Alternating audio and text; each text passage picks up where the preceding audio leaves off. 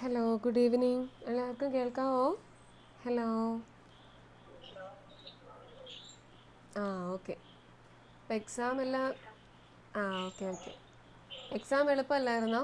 ആദ്യത്തെ exam എളുപ്പമല്ലായിരുന്നോ? Simple simple questions ആയിരുന്നിട്ട് എളുപ്പമല്ലായിരുന്നു എല്ലാവർക്കും. ഒരു 5-6 പേരുടെ ആൻസർ പേപ്പർ കിട്ടിയുള്ളൂ, ബാക്കിയുള്ളവരുടെ വന്നിട്ടില്ല. ഓക്കെ, അപ്പോൾ നമുക്ക് ഇന്ന് ക്വസ്റ്റ്യൻ ആൻസർ നമുക്ക് ഡിസ്കസ് ചെയ്യാം കേട്ടോ. ഏതൊക്കെ ക്വസ്റ്റ്യൻ അത് പാടുണ്ടായിരുന്നോ എന്നൊക്കെ നമുക്ക് നോക്കാവേ. പക്ഷെ എളുപ്പമായിരുന്നു തോന്നുന്നു. നിങ്ങൾ പഠിച്ച ടോപ്പിക്കുകളും പിന്നെ നമ്മുടെ ഇന്നത്തെ റെക്കോർഡഡ് ക്ലാസ്സിലെ കാര്യങ്ങളൊക്കെ വെച്ചിട്ടാണ് ക്വസ്റ്റ്യൻ ഇട്ടേ. ഇനി അടുത്തടുത്ത എക്സാം വരുമ്പോൾ കുറച്ചുകൂടെ ക്വസ്റ്റ്യൻസിൻ്റെ എണ്ണം കൂടും, ഇച്ചിരൂടെ ഒന്ന് ടഫാക്കും കേട്ടോ. അപ്പോൾ അന്നുള്ള ടോപ്പിക്കുകൾ അന്ന് തന്നെ കവർ ചെയ്ത് പോവുകയാണെങ്കിൽ എളുപ്പമായിരിക്കും. ഇത്രയും സിമ്പിൾ ആയിരിക്കത്തില്ല കേട്ടോ കേട്ടിട്ട്, അങ്ങനെ ഓർക്കല്ലേ. ഇതിലും കുറച്ചുകൂടെ ഇച്ചിരി കൊനഷ്ടൊക്കെ പിടിച്ച ക്വസ്റ്റ്യൻസ് ഒക്കെ ആയിരിക്കും കേട്ടിട്ട് വരുന്നത്. ഇത് നമ്മൾ സിമ്പിളായിട്ട് അങ്ങ് ഇട്ടെന്നുള്ളതേ ഉള്ളൂ. ഓക്കെ, അങ്ങനെയാണ് നമുക്ക് ഒന്നാമത്തെ ക്വസ്റ്റ്യൻ നോക്കാം. വളരെ എളുപ്പമുള്ള ക്വസ്റ്റ്യൻ ആയിരുന്നു. ക്ലിനിക്കൽ മെത്തേഡിൻ്റെ വക്താവ് ആര്? Option A William Wundt, Lightner Witmer, Titchener, JL Moreno. ആരാ ക്ലിനിക്കൽ മെത്തേഡിൻ്റെ വക്താവായിട്ട് വരുന്നത്? ഹലോ. ലെറ്റ്നർ വിമറാണ് നമ്മുടെ ക്ലിനിക്കൽ മെത്തേഡിൻ്റെ വക്താവായിട്ട് വരുന്നത് അല്ലേ? ഓക്കെ, ഓപ്ഷൻ ബി ആണ് ഉത്തരമായിട്ട് വരുന്നത്. ഇനി വില്യം വുണ്ടും ടിച്ച്നറും ആണെങ്കിലോ? അവർ രണ്ടും ആരാ? അവർ രണ്ടും അതിനകത്തിൻ്റെയാ? സാറ് പഠിപ്പിച്ചായിരുന്നല്ലോ ഫസ്റ്റ് യൂണിറ്റിൽ. എന്തിൻ്റെ ആയിരുന്നു? കാണാമോ നിങ്ങൾക്ക് സ്ക്രീനൊക്കെ? ആത്മനിഷ്ഠ രീതിയുടെ വക്താക്കളായിരുന്ന ആര്? വില്യം വുണ്ടും ടിച്ച്നറും അല്ലേ? ഇനി ലാസ്റ്റത്തെ നമ്മുടെ JL മൊറീനോ ആണെങ്കിലോ? JL മൊറീനോ ആരുടെ ആളായിരുന്നു? ഹലോ, കേൾക്കാവോ? സാമൂഹിക ജ്ഞാന നിർമ്മിതി, അല്ലെങ്കിൽ നമ്മുടെ സോഷ്യോഗ്രാം അല്ലേ? നമ്മുടെ ക്ലിക്ക്, ഗ്യാങ്, സ്റ്റാർ, അതിൻ്റെ അകത്തെല്ലാം ഉള്ളതാണ് നമ്മുടെ JL മൊറീനോ വരുന്നത്. സോഷ്യോഗ്രാം അല്ലേ? സാമൂഹ്യ നിർമ്മിതി എന്നുള്ളത്. അപ്പോൾ അതിൻ്റെ ഉത്തരം കറക്റ്റ് ആക്കിയില്ലായിരുന്നോ എല്ലാവരും? ക്ലിനിക്കൽ മെത്തേഡിൻ്റെ അത് എളുപ്പമല്ലായിരുന്നോ? എളുപ്പമുള്ള ക്വസ്റ്റ്യൻ അല്ലേ നമ്മുടെ ലെറ്റ്നർ വിമർ എന്നുള്ളത്. രണ്ടാമത്തെ ക്വസ്റ്റ്യൻ, പ്രക്ഷേപ രീതികളിൽ ഉൾപ്പെടാത്തത് ഏത്? അതായത് പ്രക്ഷേപണ രീതി നമ്മുടെ ഈ മനഃശാസ്ത്ര ഗവേഷണോപാധികളുടെ അകത്തുള്ളതാണ് നമ്മുടെ പ്രക്ഷേപണ രീതി. അതിൻ്റെ അകത്ത് ഉൾപ്പെടാത്തത് ഏതാണ്? തീമാറ്റിക് അപ്പർസെപ്ഷൻ ടെസ്റ്റ്, വാക്യപൂരണ പരീക്ഷ, സോഷ്യോഗ്രാം, ചിൽഡ്രൻസ് അപ്പർസെപ്ഷൻ ടെസ്റ്റ്. അതേതായിരുന്നു അതിൻ്റെ ആൻസർ വരുന്നത്? Option C sociogram. Okay, option C sociogram ആണ് അതിൻ്റെ ആൻസറായിട്ട് വരുന്നത്. ബാക്കി മൂന്നും നമ്മുടെ പ്രക്ഷേപണ രീതികളിൽ ഉൾപ്പെടുന്നതാണ്. പിന്നെ ചിൽഡ്രൻസ് അപ്പർസെപ്ഷൻ ടെസ്റ്റ്, വാക്യപൂരണ പരീക്ഷ, തീമാറ്റിക് അപ്പർസെപ്ഷൻ ടെസ്റ്റ്, അങ്ങനെ കുറേ ടെസ്റ്റുകൾ നമ്മുടെ ഈ പ്രക്ഷേപണ രീതികളിൽ ഉൾപ്പെടുന്നതാണ്. ഇത് രണ്ട് ഫസ്റ്റ് യൂണിറ്റിൻ്റെ അകത്തുള്ളതാണ്. നമ്മുടെ മനഃശാസ്ത്ര ഗവേഷണോപാധികൾ രീതികൾ എന്നുള്ള ആ ഒരു യൂണിറ്റിൻ്റെ അകത്ത് പറയുന്ന കുറേ കാര്യങ്ങൾ. അതിൻ്റെ അകത്ത് തന്നെ ക്രിയാഗവേഷണം, പ്രശ്നപര രീതി, കേസ് സ്റ്റഡി, ആത്മനിഷ്ഠ രീതി, പരീക്ഷണ രീതി, നിരീക്ഷണ രീതി, അഭിമുഖം, സർവേ, പിന്നെ ക്ലിനിക്കൽ മെത്തേഡ്, സോഷ്യോഗ്രാം, അങ്ങനെ കുറേ രീതികളുണ്ട്.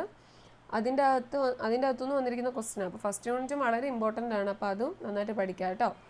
ഓക്കെ, ഇനി അടുത്ത ക്വസ്റ്റ്യൻ. ആദ്യ ബാല്യത്തിലെ കുട്ടിയുടെ സവിശേഷത ഏത് എന്നാണ് ചോദിച്ചിരിക്കുന്നത്. കൂടുതൽ യാഥാർത്ഥ്യബോധത്തോടുകൂടി പെരുമാറാൻ കഴിയുന്നു, പഠനത്തിലും കളികളിലും മാത്സര്യബോധം വർദ്ധിക്കുന്നു, കായിക ശക്തിയും ധൈര്യവും വർദ്ധിക്കുന്നു, അനുകരണ വാസന കൂടുതൽ പ്രകടിപ്പിക്കുന്നു. ഇത് നമ്മുടെ സെക്കൻഡ് യൂണിറ്റിലെ ഫസ്റ്റ് വരുന്നൊരു പോർഷനാണ്. ഏതാ ഉത്തരമായിട്ട് വരുന്നത്?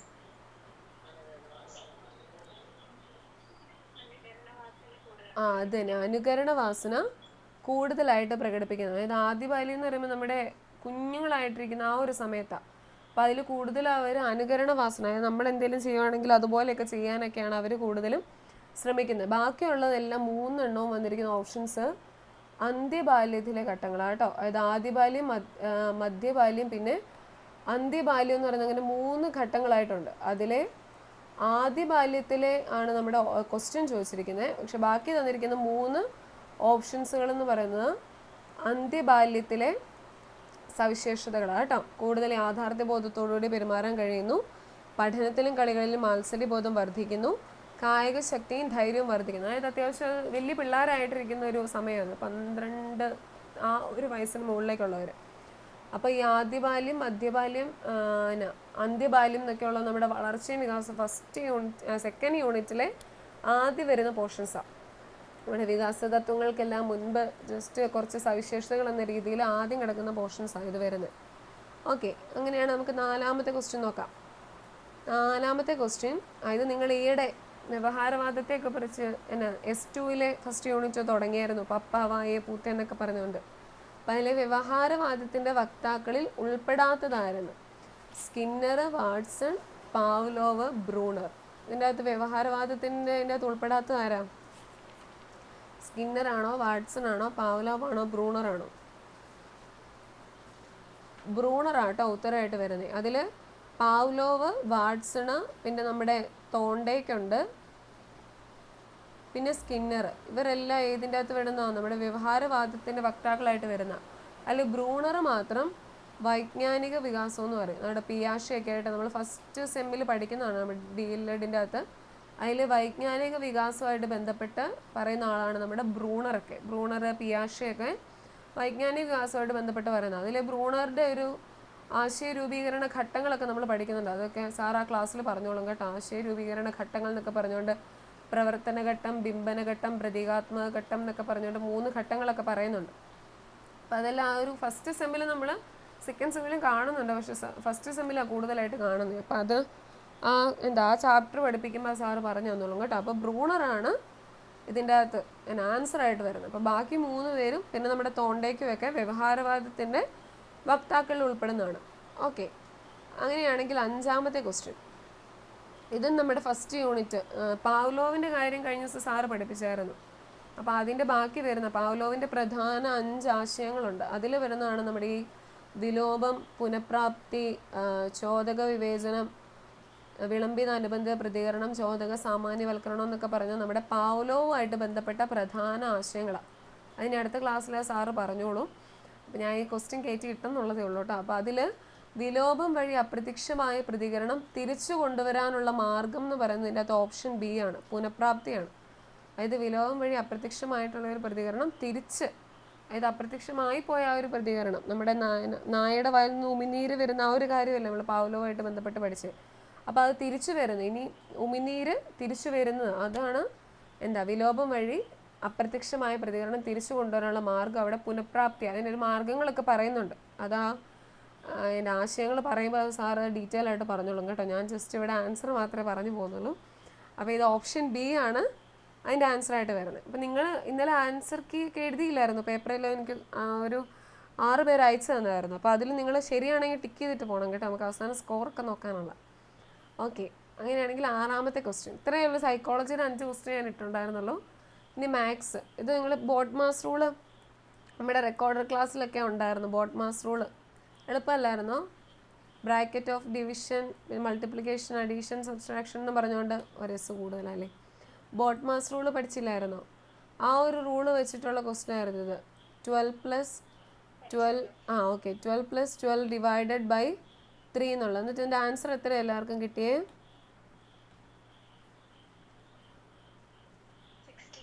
16. എല്ലാവർക്കും 16 ആണോ കിട്ടിയത്? ചെയ്ത് കാണിക്കണോ? 16 കിട്ടിയോ? ഓക്കെ അല്ലേ. 12 + 12 ഡിവൈഡഡ് ബൈ 3. ഇപ്പോൾ ഇതിൽ ആദ്യം ചെയ്യേണ്ട ഡിവിഷൻ ആദ്യം ചെയ്യുക. 12 ഡിവൈഡഡ് ബൈ 3 4 വന്നു. 12 + 4 16. വളരെ സിമ്പിളായിരുന്നു. അടുത്തൊരു ക്വസ്റ്റ്യൻ ഇതുപോലെ തന്നെ ബോഡ്മാസ് റൂൾ വെച്ചിട്ടുള്ളതായിരുന്നു. ഇത് എത്ര എല്ലാവർക്കും ആൻസർ കിട്ടിയേ? 200 ആണോ, 250 ആണോ, 245 ആണോ, 255 ആണോ കിട്ടിയേ? 255. എല്ലാവരും കറക്റ്റ് ആക്കിയോ? ഓക്കെ, ഓപ്ഷൻ D 255 ആണോ എല്ലാവർക്കും കിട്ടിയേ? ഓക്കെ, നിങ്ങൾ നല്ല മിടുക്കാനാണല്ലോ, സൂപ്പറാണല്ലോ, പെട്ടെന്ന് ഉത്തരങ്ങളൊക്കെ ചെയ്യുന്നുണ്ടല്ലോ. ഓക്കെ, ഇത് ചെയ്ത് കാണിക്കണ്ടല്ലോ അല്ലേ? കുഴപ്പമില്ലല്ലോ, ചെയ്ത് കാണിക്കണോ?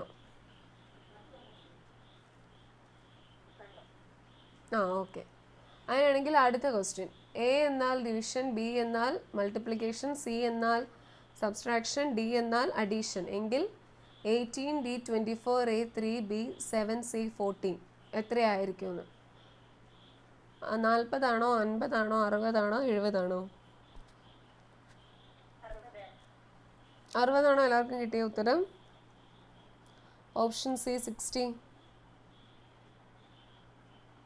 എല്ലാവർക്കും അതിൽ കിട്ടിയത്. ഇത് ജസ്റ്റ് ആ തന്നിരിക്കുന്ന സയൻസ് അതിൻ്റെ കൂടെ ഒന്ന് ഇട്ടാൽ മതി. ഇപ്പം 18 ഡിക്ക് പകരം നമുക്ക് പ്ലസ് ആണ് പറഞ്ഞിരിക്കുന്നത്, 24 എക്ക് പകരം ഡിവിഷൻ ആണ് പറഞ്ഞിരിക്കുന്നത്, പിന്നെ 3 ബി എന്ന് പറഞ്ഞാൽ ഇൻറ്റു ആണ്, 7 സി എന്ന് പറഞ്ഞാൽ മൈനസ് ആണ്, ലാസ്റ്റ് 14. ഇതും നമ്മുടെ ബോർഡ് മാസ് റൂൾ പോലെ തന്നെ ആദ്യം ഡിവിഷൻ ചെയ്യുന്നു, അപ്പോൾ അവിടെ 8, പിന്നെ മൾട്ടിപ്ലിക്കേഷൻ ചെയ്യുന്നു.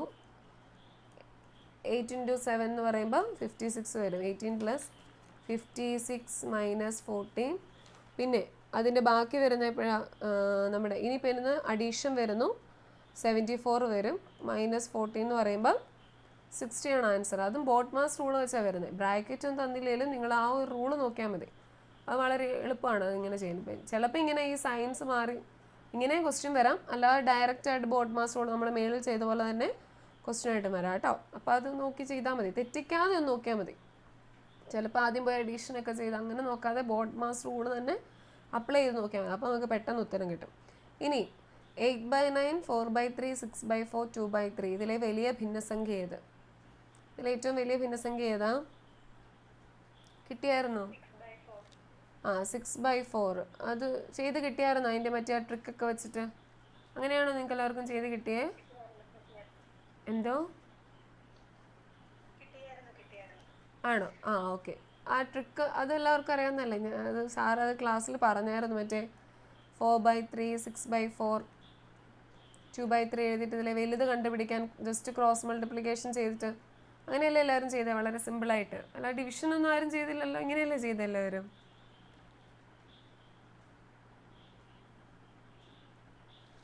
ഹലോ, അല്ലേ? ഇങ്ങനെയല്ലായിരുന്നോ കിട്ടിയേ? അതോ ഡിവിഷൻ ചെയ്ത് നോക്കുകയാണോ ചെയ്തേ? Okay okay okay okay okay അപ്പോൾ കുഴപ്പമില്ല. ഇത് എക്സ്പ്ലെയിൻ ചെയ്യണ്ടല്ലോ അല്ലേ? നിങ്ങൾ റെക്കോർഡ് ക്ലാസ്സിൻ്റെ അകത്തും പിന്നെ സാറ് ക്ലാസ്സിലും പറഞ്ഞു എന്ന് എനിക്ക് തോന്നുന്നത്. എന്തോ? പറഞ്ഞു തരാമല്ലോ, പറയാം. ഓക്കെ. അപ്പോൾ അത് നമ്മളിപ്പോൾ വലിയ കുറച്ച് ഭിന്നസംഖ്യകൾ തന്നിട്ട് നമ്മളോട് ഇതിൽ വലിയ ഭിന്നസംഖ്യ ഏത് അല്ലെങ്കിൽ ചെറിയ ഭിന്നസംഖ്യ ഏതെന്ന് ചോദിച്ചാൽ നമ്മൾ കണ്ടുപിടിക്കുന്നത് എങ്ങനെയാണെന്ന് വെച്ചാൽ ഇതിന് ഡിവിഷൻ ചെയ്യാനൊന്നും പോകണ്ട, ജസ്റ്റ് ആ ഭിന്നസംഖ്യകളൊന്ന് നോക്കുക. ഇതുപോലെ എഴുതിയിട്ട് ഇതിലെ മേളിലും താഴെയുള്ള, അതായത് ന്യൂമറേറ്ററിലും ഡിനോമിനേറ്ററിലും ഉള്ള രണ്ട് സംഖ്യകൾ തമ്മിൽ ഒന്ന് മൾട്ടിപ്ലൈ ചെയ്യുക. അപ്പോൾ 8 × 3 ആണെങ്കിൽ എത്രയാണ്? 24. അപ്പോൾ അത് ഇതിൻ്റെ മേളിൽ എഴുതുക. 8 × 3 എന്നുള്ളതിൻ്റെ ആൻസർ ഇവിടെ എഴുതി. 9 × 4 ആണെങ്കിൽ എത്രയാണ്? 36. ഇതിലാരാ വലുതെന്ന് നോക്കുക. 36 ആണോ വലുത്, 24 ആണോ വലുതെന്ന് നോക്കുക. ഇതിലാരാ വലുത്? 36 ആണ് വലുത്. അപ്പോൾ 36ൻ്റെ അടിയിൽ കിടക്കുന്ന 4/3 എടുക്കുക. അപ്പോൾ 8/9 കളഞ്ഞേക്കുക. ഇനി അവനെ നോക്കണ്ട. ഇനി നമ്മുടെ 4/3 6/4 കൂടി എടുക്കാം, അടുത്ത ആൾ. ഇനി ഇവരെ അതുപോലെ തന്നെ നോക്കുക. 4 × 4 എത്രയാണ്? 16. 6 × 3 18. ഇനി ഇതിലാരാ വലുത്? 16 ആണോ വലുത്, 18 ആണോ വലുത്? 18 ആണ് വലുത്. അപ്പോൾ അവൻ്റെ താഴെ വന്നിരിക്കുന്ന ആരാ? 6/4 ആണ്. അപ്പം ഈ 4/3 8/9 അല്ല, ഇപ്പോൾ വലുതായിട്ട് നിൽക്കുന്ന 6/4 ആണ്.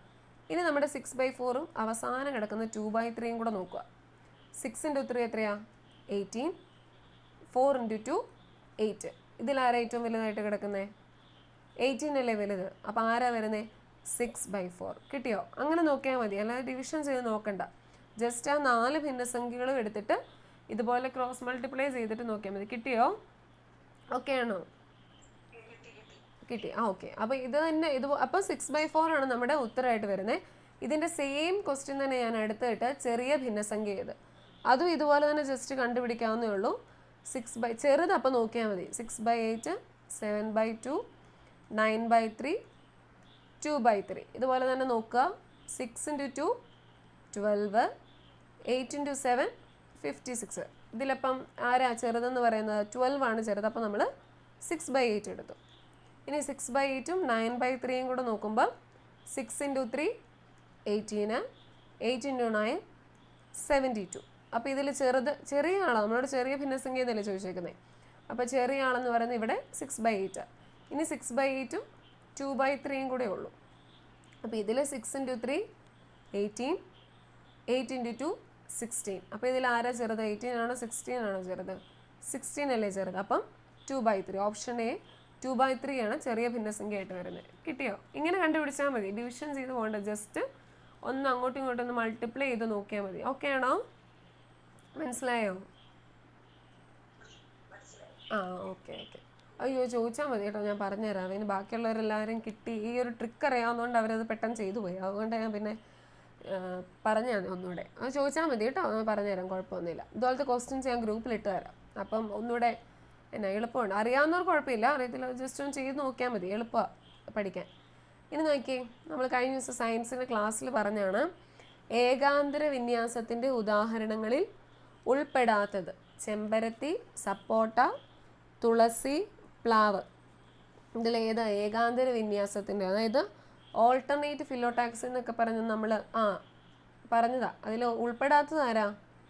തുളസിയാണ്. അതായത് ചെമ്പരത്തി, സപ്പോട്ട, പ്ലാവ്, കുറുന്തോട്ടി എല്ലാം നമ്മുടെ ഏകാന്തര വിന്യാസത്തിൻ്റെ ഉദാഹരണമാണ്. അതായത് ഓൾട്ടർനേറ്റ് ഫിലോടാക്സി. നമ്മളൊന്ന് പറഞ്ഞായിരുന്നു, ഒരു ചെടി ഉണ്ടെങ്കിൽ അതിൻ്റെ നോഡ്, അതായത് ഈ പർവ്വത്തിൽ നിന്ന് ഒരു സൈഡിലേക്ക് മാത്രം ഒരില പോയി, പിന്നെ അടുത്ത സൈഡിൽ നിന്ന് അടുത്ത ഇല പോയി, പിന്നെ അതിൻ്റെ ഓപ്പോസിറ്റ് വരുന്നില്ല, പിന്നെ കുറച്ചുകൂടെ താഴെ വന്നിട്ട് അടുത്ത ഇല പോയി, ഇങ്ങനെ ഒരു രീതിയിലാണ് പോകുന്നതെങ്കിൽ അതാണ് ഏകാന്തര വിന്യാസം നമ്മൾ പറഞ്ഞത്. പക്ഷെ തുളസിയുടെയൊക്കെ ഇല എന്താ? ആ ഒരു പർവ്വത്തിൽ നിന്ന് ഇങ്ങോട്ടും ഓപ്പോസിറ്റ് സൈഡിലേക്ക് ഒരുപോലെ പോയിട്ടുണ്ട്. അപ്പോൾ അതാണ് നമ്മൾ പറഞ്ഞത് തുളസിയൊക്കെ വരുന്നത്. അപ്പോൾ എന്താ? ഓപ്പോസിറ്റ് ഫിലോടാക്സി, അല്ലെങ്കിൽ ഏതിൻ്റെ അകത്തായിരുന്നു? എതിർ വിന്യാസത്തിൽ വരുന്നതാണ് നമ്മൾ പറഞ്ഞിരുന്നു. തുളസി, തെച്ചി, കാപ്പി, പേര ഇതെല്ലാം ഓപ്പോസിറ്റ് ഫിലോടാക്സി, അതായത് എതിർ വിന്യാസത്തിൽ. നമ്മൾ ഫസ്റ്റ് സയൻസിൻ്റെ ക്ലാസ്സിൻ്റെ അകത്ത് പറഞ്ഞതാണ്. അപ്പോൾ അതിൽ വരുന്നതാണ് നമ്മുടെ തുളസി. ബാക്കി ഈ 3 ഏകാന്തര വിന്യാസത്തിൻ്റെ ഉദാഹരണങ്ങളിൽ ഉൾപ്പെടുന്നതാണ്. പിന്നെ ഒരെണ്ണം കൂടെ ഉണ്ടായിരുന്നു, നമ്മുടെ സർപ്പിള വിന്യാസം അല്ലേ, അതായത് വോൾഡ് ഫിലോടാക്സി എന്ന് പറഞ്ഞുകൊണ്ട് സർപ്പിള വിന്യാസം. അതിൻ്റെ ഉദാഹരണം നമ്മുടെ ടെക്സ്റ്റിൻ്റെ അകത്ത് കിടപ്പുണ്ടായിരുന്നു, ഏഴിലംപാല എന്ന് പറഞ്ഞു. അതായത് ഈ ഒരു പർവ്വത്തിൽ നിന്ന് ഇങ്ങോട്ടും ഇങ്ങനെ പൂ പോലെ ഇലകളിരിക്കുന്നത്, അതാണ് സർപ്പിള വിന്യാസത്തിൻ്റെ ഉദാഹരണമായിട്ട് വരുന്നത്. നമ്മുടെ അരളി, കോളാമ്പി അതിൻ്റെ എല്ലാം ഇലകൾ. അപ്പോൾ അതായിരുന്നു സർപ്പിള വിന്യാസം. അങ്ങനെ 3 തരത്തിലുള്ള വിന്യാസങ്ങൾ നമ്മുടെ ഇലകളുടെ കാര്യത്തിലുണ്ടെന്ന് പറഞ്ഞ് നമ്മൾ പഠിച്ചായിരുന്നു. അപ്പോൾ അത് നിങ്ങളുടെ ടെക്സ്റ്റിലൂടെ നോക്കിയാൽ മതി കേട്ടോ, ഇല്ലേ നമ്മുടെ ക്ലാസ് ഇവിടെ കിടപ്പുണ്ടാകും, നോക്കിയാൽ മതി. അപ്പോൾ ഇതിൻ്റെ ഉത്തരവായിട്ട് വരുന്ന ഏതാ?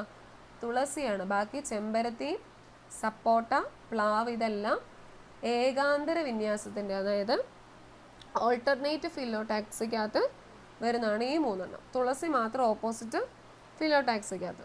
ഓക്കെ, അങ്ങനെയാണെങ്കിൽ അടുത്ത ക്വസ്റ്റ്യൻ നോക്കിക്കേ. ഇലകളിലെ മഞ്ഞ നിറത്തിന് കാരണമായ വർണ്ണകം? ഹരിതകം, കരോട്ടിൻ, സാന്തോഫിൽ, ആന്തോസയാനിൻ. ഏതാ ഇലകളിലെ മഞ്ഞ നിറത്തിന് കാരണമായ വർണ്ണകം?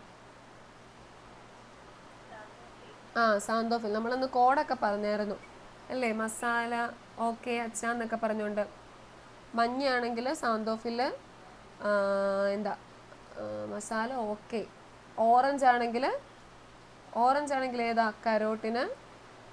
അതായത് ഇലകൾക്ക് നമ്മൾ നിറം നൽകുന്നത്. ഹരിതകമാണെങ്കിൽ ഏതാ? പച്ചയല്ലേ, നമ്മുടെ ഇലകൾക്ക് പച്ച നിറം നൽകുന്നതാണ് ഹരിതകം. ഓറഞ്ച് നിറമാണെങ്കിൽ കരോട്ടിന്. ആന്തോസയാനാണെങ്കിലോ റെഡ്, ചുവപ്പ് നിറം. സാന്തോഫിൽ ആണെങ്കിൽ മഞ്ഞ നിറം. അത് നമ്മൾ കോഡൊക്കെ വെച്ച് പഠിച്ചായിരുന്നു. ഇത് അങ്ങനെ പലപ്പോഴും ഇങ്ങനെ ചോദിച്ചിട്ടുള്ളൊരു ക്വസ്റ്റ്യനാണ് ഈ വർണ്ണങ്ങളുടെ കാര്യം.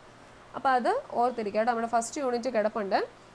അപ്പോൾ ഇലകൾക്ക് മഞ്ഞ നിറം, അതായത് ഇലകളിലെ മഞ്ഞ നിറത്തിന് കാരണമായ വർണ്ണകം എന്ന് പറയുന്നത് സാന്തോഫിലാണ്. ഹരിതകമാണെങ്കിൽ പച്ച നിറം, കരോട്ടിനാണെങ്കിൽ ഓറഞ്ച് നിറം, ആന്തോസയാനാണെങ്കിൽ ചുവപ്പ് നിറം. ഓക്കെ, അങ്ങനെയാണെങ്കിൽ അടുത്ത ക്വസ്റ്റ്യൻ ഓക്കെ. വാസസ്ഥലത്തിനായി മാത്രം മറ്റ് സസ്യങ്ങളെ ആശ്രയിക്കുന്ന സസ്യവിഭാഗം, അതിന് പറയുന്ന പേരെന്താ? എപ്പിഫൈറ്റ് ആണോ, അർദ്ധപരാതങ്ങളാണോ, പൂർണ്ണപരാതങ്ങളാണോ, അതോ വെറും സസ്യങ്ങളാണോ? അവർക്ക് ഇരിക്കാൻ കുറച്ച് സ്ഥലം കൊടുത്താൽ മതി. എപ്പിഫൈറ്റുകൾ, അതായത് വാസസ്ഥലത്തിനായിട്ട് മാത്രം മറ്റ് സസ്യങ്ങളെ ആശ്രയിക്കുന്ന സസ്യവിഭാഗം. ഈ എപ്പിഫൈറ്റ്സിൻ്റെ ഒരു ഉദാഹരണം ഏതാ നമ്മൾ പഠിച്ചത്? ഏതൊക്കെയായിരുന്നു എപ്പിഫൈറ്റ്സിൻ്റെ ഉദാഹരണമായിട്ട് വരുന്നത്? ഓർക്കിഡുകളുണ്ട്, പന്നൽ ചെടികളുണ്ട്, നമ്മുടെ മരവാഴ, ഇതെല്ലാം എപ്പിഫൈറ്റ്സിൻ്റെ ഉദാഹരണങ്ങൾ. അതായത് നമ്മളന്ന് പറഞ്ഞായിരുന്നു, ഒരു മാവ് ഉണ്ടായിരുന്നു, ആ മാവിൻ്റെ ശിഖരത്തിൽ ഇതിങ്ങനെ കയറിയിരിക്കുക. ഇതിന് കുഞ്ഞു കുഞ്ഞു വേരുകളുണ്ട്, അതുപോലെ തന്നെ വലിയ വേരുകളുണ്ട്. അന്തരീക്ഷത്തിൽ ഈർപ്പമൊക്കെ വലിച്ചെടുത്തിട്ട് സ്വന്തമായിട്ട് ഫുഡൊക്കെ ഉണ്ടാക്കിക്കോളും. അവർക്ക് ഇരിക്കാൻ കുറച്ച് സ്ഥലമൊക്കെ കൊടുക്കാം എന്നൊക്കെ പറഞ്ഞ് നമ്മൾ പഠിച്ചതാണ്. അപ്പോൾ വാസസ്ഥലത്തിനായിട്ട് മാത്രം മറ്റ് സസ്യങ്ങളെ ആശ്രയിക്കുന്ന സസ്യവിഭാഗത്തിന് പറയുന്ന പേരാണ് എപ്പിഫൈറ്റുകൾ. അപ്പോൾ അതിൻ്റെ ഉദാഹരണങ്ങളാണ് നമ്മുടെ ഓർക്കിഡ്, മരവാഴ, പിന്നെ പന്നൽ ചെടികൾ. പന്നൽ ചെടിയൊക്കെ എപ്പിഫൈറ്റ്സുകൾക്ക് ഉദാഹരണമാണ്. പിന്നെ നമ്മുടെ അർത്ഥപരാതമാണെങ്കിലോ സെമി പാരസൈറ്റ്സിൻ്റെ പ്രത്യേകത എന്നായിരുന്നു? അവർ സ്വന്തമായിട്ടൊക്കെ ആഹാരം ഉണ്ടാക്കും, സ്വന്തമായിട്ട് ഫുഡ് ഉണ്ടാക്കും. പക്ഷേ ഒരു കണ്ടീഷനുണ്ട്. ആ ഫുഡ് ഉണ്ടാക്കാനുള്ള സാധനങ്ങൾ, അതായത് ജലവും ലവണങ്ങളും ഒക്കെ എന്നെ എടുക്കും? അവൻ എവിടെയാണോ ഇരിക്കുന്നത് ആ ഇരിക്കുന്ന ആതിഥേയ സസ്യത്തിൽ നിന്ന് മൊത്തം വലിച്ചെടുക്കും, എന്നിട്ട് ഫുഡ് ഉണ്ടാക്കിക്കോളും സ്വന്തമായിട്ട്. നമ്മൾ അതായത് പുറത്ത് സൂപ്പർ മാർക്കറ്റിൽ പോയി സാധനങ്ങളൊക്കെ മേടിച്ചുകൊണ്ട് വന്നിട്ട് നമ്മളിവിടെ ഫുഡ് ഉണ്ടാക്കത്തില്ലേ, അപ്പോൾ ഇവർ ഈ സാധനങ്ങൾ മേടിക്കുന്ന ആ ഇരിക്കുന്ന സസ്യത്തിൽ നിന്ന് തന്നെയാണ്. അപ്പോൾ ആതിഥേയ സസ്യത്തിൽ നിന്ന് ജലവും ലവണങ്ങളും വലിച്ചെടുത്തിട്ട് ഇവർ സ്വന്തമായിട്ട് അങ്ങ് ഫുഡ് ഉണ്ടാക്കിക്കോളും. അതാണ് അർത്ഥപരാതങ്ങൾ, അതായത് സെമി പാരസൈറ്റ്സ് എന്ന് പറയും. അതിൻ്റെ എക്സാമ്പിളാണ് നമ്മുടെ ഇത്തിൽക്കണ്ണിയൊക്കെ. ഇത്തിൽക്കണ്ണിയും പിന്നെ ആരാ നമ്മുടെ ചന്ദനം മരമൊക്കെ ഇല്ലേ, അത് ഈ അർത്ഥപരാത സസ്യങ്ങൾക്ക് ഉദാഹരണമായിട്ട് വരുന്നത്. ഇനി പൂർണ്ണപരാതമാണെങ്കിലോ അത് നമ്മൾ പറഞ്ഞായിരുന്നു. ടോട്ടൽ പാരസൈറ്റ്സ് ആണെങ്കിൽ അവർ നല്ല മടിയന്മാരാണ്, അവന്മാർക്ക് മെനക്കെടാൻ കഴിയല്ല, നമ്മൾ അന്ന് പറഞ്ഞായിരുന്നു. കാരണം ഇവർ ഫുഡ് ഉണ്ടാക്കത്തില്ല, ഒന്നും ചെയ്യത്തില്ല. ഇവർ ഇരിക്കുന്ന സസ്യം ഏതാണോ അതിൽ നിന്ന് ജലവും ലവണങ്ങളും ഫുഡും കാര്യങ്ങളെല്ലാം വലിച്ചിങ്ങോട്ട് എടുക്കും, അല്ലാതെ ഇവനൊന്നും ചെയ്യത്തില്ല. അതാണ് നമ്മുടെ പൂർണ്ണപരാതങ്ങളുടെ പ്രത്യേകത എന്ന് പറയുന്നത്. അപ്പം അതിൻ്റെ ഉദാഹരണമാണ് മൂടില്ലാത്താളി. മൂടില്ലാത്താളി എന്ന് പറയുന്നത് എന്തിൻ്റെ ഉദാഹരണമാണ്? പൂർണ്ണപരാതങ്ങൾ, അതായത് ടോട്ടൽ പാരസൈറ്റ്സിൻ്റെ ഉദാഹരണം. അതായത് അവന് മെനക്കെടാൻ കഴിയത്തില്ല, അവൻ എവിടെയാണോ ഇരിക്കുന്നത് അതിൻ്റെ മറ്റു ചോരയും നീരും മൊത്തം വലിച്ചെടുക്കുന്ന പ്രത്യേകതയാണ് ഈ പൂർണ്ണപരാതങ്ങൾക്കുള്ളത്. അപ്പോൾ എപ്പിഫൈറ്റുകളാണെങ്കിൽ വലിയ ഉപദ്രവമൊന്നുമില്ല, അവർക്ക് ഇരിക്കാൻ കുറച്ച് സ്ഥലം മാത്രം കൊടുത്താൽ മതി, ഫുഡൊക്കെ തന്നെ ഉണ്ടാക്കിക്കോളും. അന്തരീക്ഷത്തിൽ നിന്ന് ഈർപ്പമൊക്കെ വലിച്ചെടുത്ത് സ്വന്തമായിട്ട് ഫുഡൊക്കെ ഉണ്ടാക്കിക്കോളും.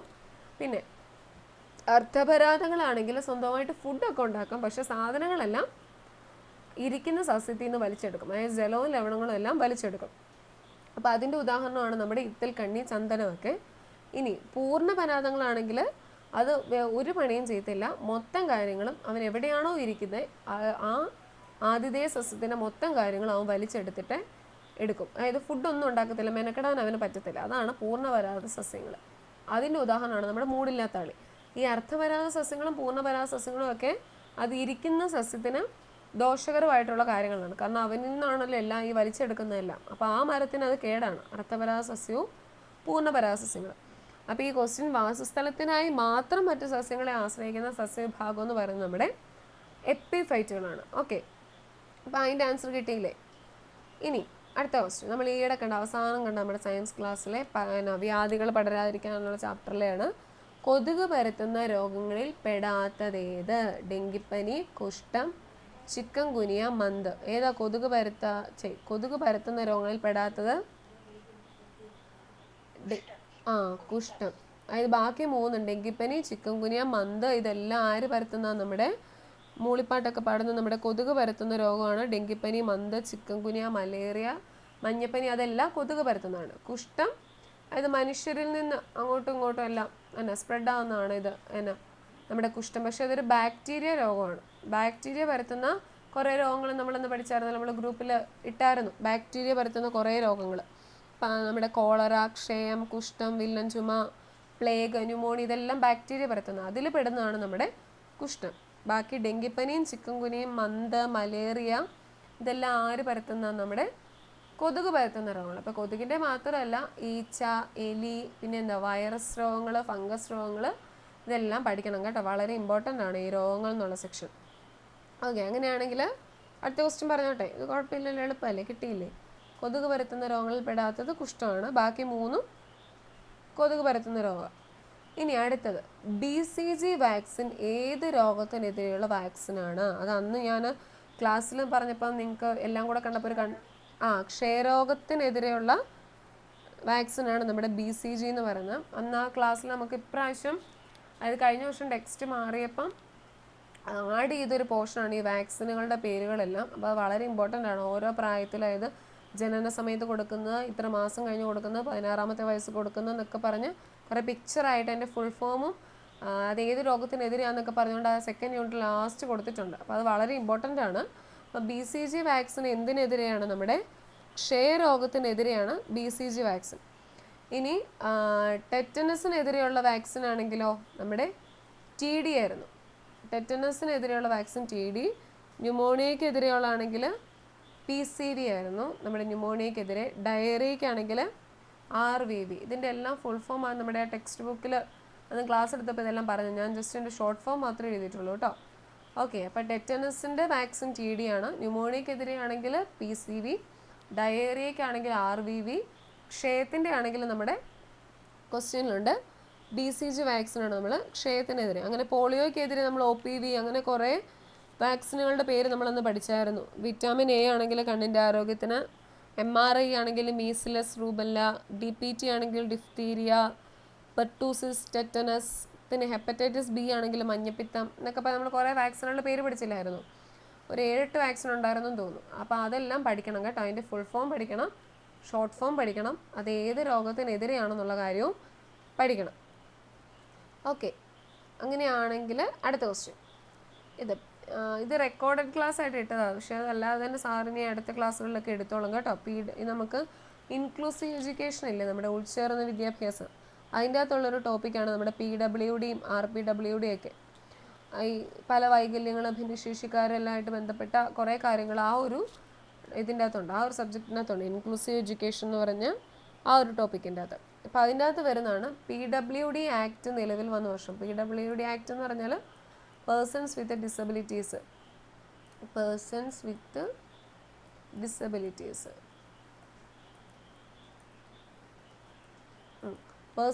ഡിസബിലിറ്റീസ് ആക്ട് നിലവിൽ വന്ന വർഷം എന്ന് പറയുന്നത് 1995 ഓക്കെ, PWD ആക്ട് നിലവിൽ വന്ന വർഷം 1995. അപ്പോൾ ഈ PWD ആക്ട് നിലവിൽ വന്നപ്പം അതിലൊരു 7 വിഭാഗത്തിൽ, അതായത് 7 തരത്തിലുള്ള ഭിന്നശേഷി വിഭാഗങ്ങളെ ഉൾപ്പെടുത്തിയിരുന്നു.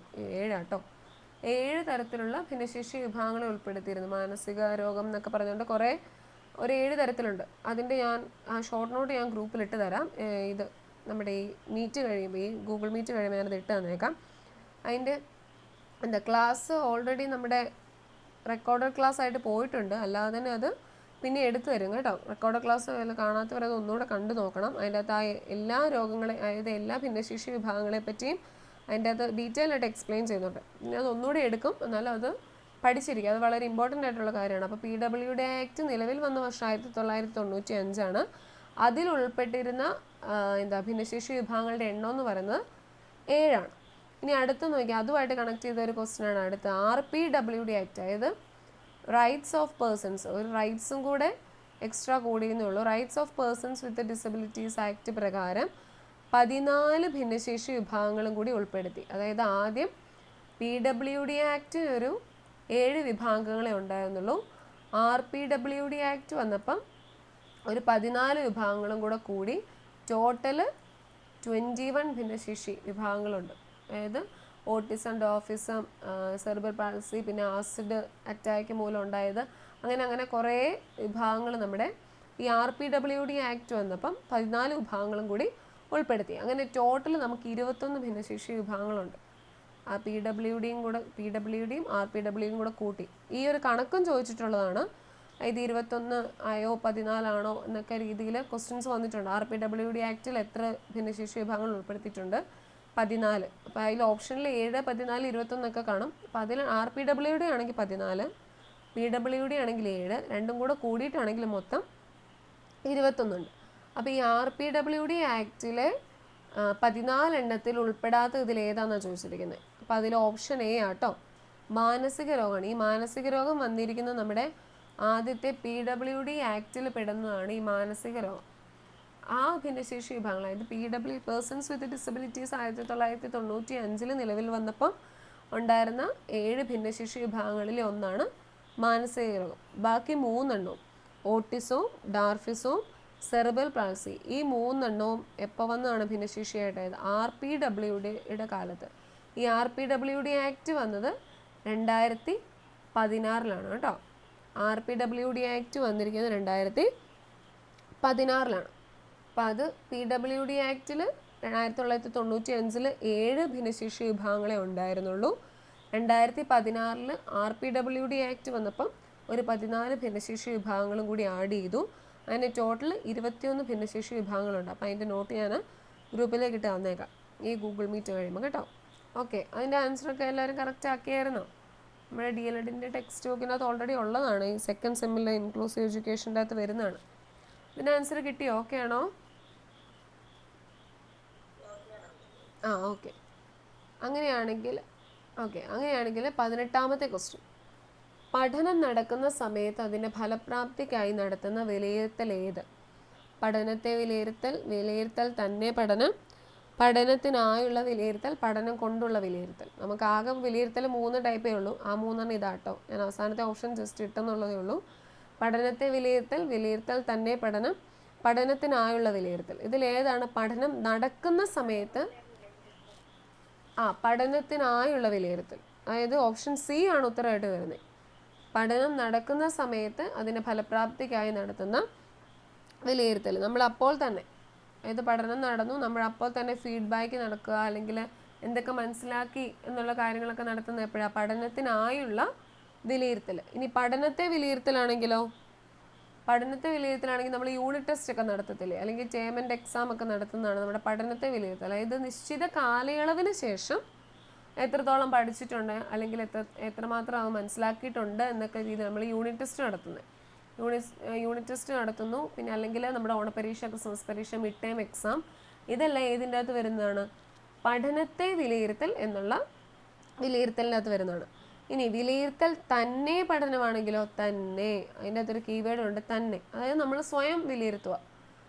നമ്മൾ കുറച്ച് ഒരു ടോപ്പിക്ക് പഠിച്ചു കഴിഞ്ഞിട്ട് നമ്മൾ സ്വയം വിലയിരുത്തുകയാണ്, എത്രമാത്രം എനിക്ക് മനസ്സിലാക്കാൻ പറ്റി, അല്ലെങ്കിൽ എത്രമാത്രം ഞാൻ പഠിച്ചിട്ടുണ്ട്. അല്ലെങ്കിൽ ഒരു പരീക്ഷ കഴിഞ്ഞിട്ട് നമ്മൾ ക്വസ്റ്റ്യൻ പേപ്പർ നോക്കി നമ്മൾ ആൻസർ ചെക്ക് ചെയ്യുമല്ലോ, ഞാൻ ഏതൊക്കെ ക്വസ്റ്റ്യൻസിന് അറ്റൻഡ് ചെയ്തു, ഏതൊക്കെ ക്വസ്റ്റ്യൻ എനിക്ക് മനസ്സിലായില്ല. അങ്ങനെ നമ്മൾ സ്വയം വിലയിരുത്തുന്നതാണ് ഏത്? വിലയിരുത്തൽ തന്നെ പഠനം.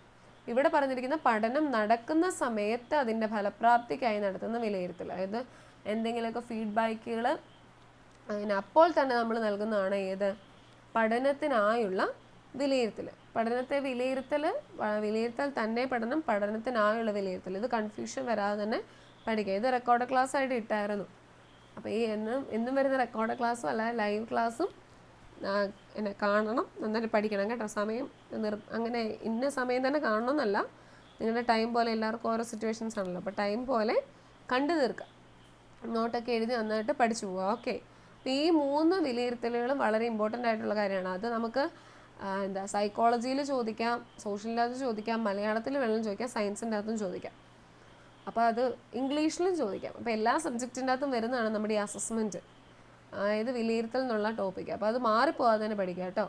വിലയിരുത്തൽ തന്നെ പഠനം തന്നെയാണ്, അപ്പോൾ അത് സ്വയം വിലയിരുത്തുന്നതാണെന്ന് ഓർക്കുക. പിന്നെ പഠനത്തെ വിലയിരുത്തലാണെങ്കിൽ unit test, term and exam അങ്ങനെ ഓർക്കുക. ഇതൊരു കാലയളവിന് ശേഷമാണ്. പഠനത്തിനായുള്ളതാണെങ്കിൽ അത് അപ്പം തന്നെ നടക്കുന്ന വിലയിരുത്തലാണ്. അതായത് പഠനം നടക്കുന്ന സമയത്ത് തന്നെ അതിൻ്റെ ഫലപ്രാപ്തിക്കായി നടത്തുന്ന വിലയിരുത്തലാണ് പഠനത്തിനായുള്ള വിലയിരുത്തൽ. ഓക്കെ, അപ്പം സി ആണ് കേട്ടോ ആൻസർ വരുന്നത്. പഠനത്തിനായുള്ള വിലയിരുത്തൽ എന്നുള്ളതാണ് നമ്മുടെ ആൻസറായിട്ട് വരുന്നത്. ഇനി 19ാമത്തെ ക്വസ്റ്റ്യൻ. ചമ്പാരൻ സത്യാഗ്രഹം നടന്ന വർഷം. ഇതും റെക്കോർഡ് ക്ലാസ്സിന് നമ്മൾ കുറേ സ്വാതന്ത്ര്യ സമരമൊക്കെ ആയിട്ട് ബന്ധപ്പെട്ട ചമ്പാരൻ സത്യാഗ്രഹം, അഹമ്മദാബാദ് തുണിമിൽ സമരം, ഖേദ സമരം, പിന്നെ നമ്മുടെ സ്വാതന്ത്ര്യം കിട്ടിയത്, നിസ്സഹരണ സമരം, ജാലിയൻവാലാബാഗ് കൂട്ടക്കൊല എന്നൊക്കെ പറഞ്ഞിട്ട് കുറേ ക്ലാസ് നമ്മൾ ഗ്രൂപ്പിലിട്ടായിരുന്നു. നമ്മൾ കൂടുതലും ഇത് കാറ്റഗറി 2 സോഷ്യൽ സയൻസ് എന്ന് പറഞ്ഞാലും നമ്മുടെ സയൻസുമായിട്ട് ബന്ധപ്പെട്ട ക്വസ്റ്റ്യൻസ് ഇത് വരുന്നതാണ്. നമ്മുടെ 5ാം ക്ലാസ്സിൽ ബേസിക് സയൻസിൻ്റെ അകത്തുള്ളതാണ് ഇത് ഓൾറെഡി. അപ്പോൾ അതുകൊണ്ട് ഇതും സയൻസുകാരും പഠിക്കേണ്ട ടോപ്പിക്കാണ്. അപ്പോൾ ചമ്പാരൻ സത്യാഗ്രഹം നടന്ന വർഷം ഏതാ? 1917, 18, 15, 16. 1917. ഓക്കെ. 1917 നമ്മുടെ ചമ്പാരൻ സത്യാഗ്രഹം നടന്ന വർഷം. ഇനി 1918 രണ്ടെണ്ണം നടന്നിട്ടുണ്ടായിരുന്നല്ലോ, അത് ഏതൊക്കെയായിരുന്നു? 2 സമരങ്ങളുണ്ട് 1918 നടന്ന്. ഏതൊക്കെയാണെന്നറിയാവോ? ഒന്ന് അഹമ്മദാബാദ് തുണിമിൽ സമരവും പിന്നെ നമ്മുടെ ഖേഡ സമരവും. അഹമ്മദാബാദ് ഖേഡ സമരവും അഹമ്മദാബാദ് തുണിമിൽ സമരവും നമ്മുടെ 1918 നടന്ന. ഇനി 1915 വേറൊരു കാര്യം നടന്നായിരുന്നു. സമരമൊന്നുമല്ല, ഒരാൾ വന്നിറങ്ങിയതാണ്.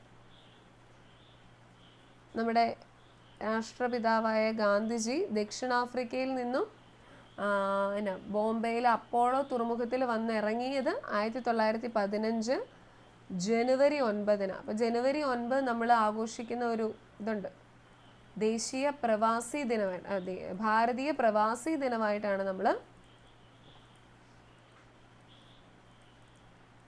ആഘോഷിക്കുന്നത്. നമ്മുടെ ജനുവരി 9 നമ്മൾ ഭാരതീയ പ്രവാസി ദിനമായിട്ടാണ് നമ്മൾ ആചരിക്കുന്നത്. അതായത് ഗാന്ധിജി ദക്ഷിണാഫ്രിക്കയിൽ നിന്നും നമ്മുടെ ഇന്ത്യയിലേക്ക് വന്നത്, അതായത് ബോംബെയിലെ അപ്പോളോ തുറമുഖത്തിലാണ് അദ്ദേഹം വന്നത്. 1915 ജനുവരി 9. അപ്പോൾ അതുകൊണ്ട് തന്നെ ജനുവരി 9 നമ്മുടെ ദേശീയ അല്ലെങ്കിൽ ഭാരതീയ പ്രവാസി ദിനമായിട്ടാണ് ആചരിക്കുന്നത്. ഇനി 1917 പ്രത്യേകിച്ച് ഇതൊന്നുമില്ല, ഞാൻ ജസ്റ്റ് ഒരു വർഷം കൂടെ ആഡ് ചെയ്യുന്നുള്ളേ ഉള്ളൂ. 1917 ചമ്പാരൻ സത്യാഗ്രഹം, 18 അഹമ്മദാബാദ് തുണിമില്ല് സമരവും ഖേഡ സമരവും ഉണ്ട്. 15 ഗാന്ധിജി ദക്ഷിണാഫ്രിക്കയിൽ നിന്ന് വന്നെത്തിയത് ജനുവരി 9 വന്നത്. 1919 ആണെങ്കിലോ 1919 ഒരു വലിയൊരു സംഭവം നടന്നായിരുന്നു. സമരമൊന്നുമല്ല, ഒരു അത് തന്നെ ജാലിയൻ വാലാബാഗ് കൂട്ടക്കൊല നടന്നതാണ്. ജാലിയൻ വാലാബാഗ് കൂട്ടക്കൊല നടന്നതാണ് നമ്മുടെ 1919 കേട്ടോ. അപ്പോൾ ആ വർഷങ്ങൾ നിങ്ങൾ ഓർത്തിരിക്കണേ. അത് ആ റെക്കോർഡ് ക്ലാസ്സിലുണ്ടായിരുന്നു, അല്ലെങ്കിൽ ആ വർഷങ്ങൾ എഴുതിയ ഞാൻ ഒരു നോട്ട് അത് ഗ്രൂപ്പിലിട്ട് തരാം. 1917 ചമ്പാരൻ സത്യാഗ്രഹം, 18 അഹമ്മദാബാദ് തുണിമിൽ സമരം ഖേഡ സമരം, 19 ജാലിയൻ വാലാബാഗ് കൂട്ടക്കൊല, 15 ഗാന്ധിജി ദക്ഷിണാഫ്രിക്കയിൽ നിന്ന് വന്നെത്തി. അത് 1915 ജനുവരി 9 കേട്ടോ. അപ്പോൾ ആ ഒരു ഡേറ്റ് കൂടെ ഓർത്തിരിക്കാം. ഓക്കെ, ഇനി അതിൻ്റെ തൊട്ട് ബാക്കിയായിട്ട് വരുന്ന ഒരു ഇതാണ് 1920-22 നടന്ന നിസ്സഹരണ സമരം. അപ്പം നിസ്സഹരണ സമരത്തിൻ്റെ വർഷം എന്നാ 1920-22. നമ്മൾ 19 വരെ പറഞ്ഞു ഇവിടെ. ജാലിയൻ വാലാബാഗ് കൂട്ടക്കൊല 1919 നമ്മൾ പറഞ്ഞു.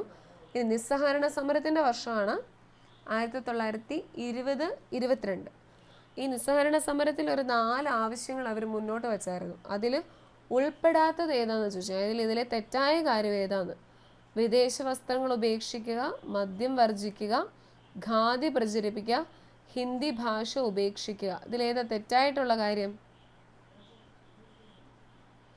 ഹിന്ദി ഭാഷ ഉപേക്ഷിക്കുക എന്നുള്ളതാണ് കേട്ടോ. ശരിക്കും ഇവിടെ വരുന്ന ഹിന്ദി ഭാഷ പ്രചരിപ്പിക്കുക എന്നുള്ളതാണ്. നിസ്സഹരണ സമരത്തിൽ അവർ ജനങ്ങൾ മുന്നോട്ട് വെച്ചത്, അതായത് ഗാന്ധിജിയുടെ നേതൃത്വത്തിൽ നിസ്സഹരണ സമരം നടന്നപ്പോൾ അതിൽ മുന്നോട്ട് വെച്ച 4 ആവശ്യങ്ങൾ ഇതാണ്: വിദേശ വസ്ത്രങ്ങൾ ഉപേക്ഷിക്കുക, മദ്യം വർജിക്കുക, ഖാദി പ്രചരിപ്പിക്കുക, ഹിന്ദി ഭാഷ പ്രചരിപ്പിക്കുക. അപ്പം ഞാൻ ആ പ്രചരിപ്പിക്കുക എന്നുള്ളതിന് വരെ ഉപേക്ഷിക്കാന്ന്, ഹിന്ദി ഉപേക്ഷിക്കുക എന്നുള്ള രീതിയിൽ ഇട്ടെന്നുള്ളൂ. അപ്പോൾ അതിൻ്റെ ആൻസറായിട്ട് വരുന്നത് ഹിന്ദി ഭാഷ പ്രചരിപ്പിക്കുക എന്നുള്ളതാണ് കേട്ടോ. അപ്പോൾ ഈ 4 കാര്യങ്ങൾ എന്തുമായിട്ട് ബന്ധപ്പെട്ടതാണ്? നമ്മുടെ നിസ്സഹരണ സമരവുമായിട്ട് ബന്ധപ്പെട്ട. നിസ്സഹരണ സമരം നടന്ന വർഷം 1920-22. ആ സമയത്താണ് നിസ്സഹരണ സമരം നടന്നത്. അവർ മുന്നോട്ട് വെച്ച 4 കാര്യങ്ങളാണ്: വിദേശ വസ്ത്രങ്ങൾ ഉപേക്ഷിക്കുക, മദ്യം വർജിക്കുക, ഖാദി പ്രചരിപ്പിക്കുക, ഹിന്ദി ഭാഷ പ്രചരിപ്പിക്കുക. അപ്പോൾ ഈ 4 കാര്യങ്ങൾ നിസ്സഹരണ സമരവുമായിട്ട് ബന്ധപ്പെട്ടാണ്. ഓക്കെ, ഇത് കിട്ടിയില്ലേ? വളരെ ഇതെല്ലാം 5ാം ക്ലാസ്സിലെ ടോപ്പിക്കായിട്ട് ബന്ധപ്പെട്ട കാര്യങ്ങളാണ്. അത് സോഷ്യൽ എടുക്കുമ്പോൾ കുറച്ചുകൂടി ഡീറ്റെയിൽ ആയിട്ട് പറയും. പിന്നെ അത് ഓൾറെഡി റെക്കോർഡ് ക്ലാസ്സിൽ പോയായിരുന്നു, എന്നാലും സോഷ്യൽ എടുക്കുമ്പോൾ ഒന്നുകൂടെ ആ ചാപ്റ്റർ വൈസിൽ പറയും കേട്ടോ. ഓക്കെ, ഇനി അടുത്ത ക്വസ്റ്റ്യൻ ആണ്, ഇന്ത്യയുടെ ഉരുക്കു മനുഷ്യൻ എന്നറിയപ്പെടുന്നത് ആര്? ജവഹർലാൽ നെഹ്റു, സർദാർ വല്ലഭായ് പട്ടേൽ, ഗാന്ധിജി, സുഭാഷ് ചന്ദ്രബോസ്. ആര് നമ്മുടെ ഇന്ത്യയുടെ ഉരുക്കു മനുഷ്യൻ? സർദാർ വല്ലഭായ് പട്ടേലാണ് നമ്മുടെ ഇന്ത്യയുടെ അതെ, സർദാർ വല്ലഭായ് പട്ടേലാണ് ഇന്ത്യയുടെ ഉരുക്കു മനുഷ്യൻ എന്ന് പറയുന്നത്. ഈ ജവഹർലാൽ നെഹ്റു നമ്മുടെ അദ്ദേഹത്തിൻ്റെ ഒരു ആത്മകഥയുണ്ട്. ആത്മകഥയുടെ പേരറിയാവോ? ജവഹർലാൽ നെഹ്റുവിൻ്റെ ആത്മകഥയുടെ പേര്, അദ്ദേഹത്തിൻ്റെ ആത്മകഥയുടെ പേരാണ് ഇന്ത്യയെ കണ്ടെത്തൽ. ജവഹർലാൽ നെഹ്റുവിൻ്റെ ആത്മകഥയുടെ പേരാണ് ഇന്ത്യയെ കണ്ടെത്തൽ. അദ്ദേഹവുമായിട്ട് ബന്ധപ്പെട്ട ഒരു ഡേറ്റ് ഉണ്ടല്ലോ, അതേതാ? നവംബർ 14, ശിശുദിനം അല്ലേ? അത് നമ്മുടെ ജവഹർലാൽ നെഹ്റുവായിട്ട് ബന്ധപ്പെട്ടാണ്. അപ്പോൾ ഇന്ത്യ കണ്ടത്തിൽ ജവഹർലാൽ നെഹ്റുവിൻ്റെ ആത്മകഥയാണ് കേട്ടോ.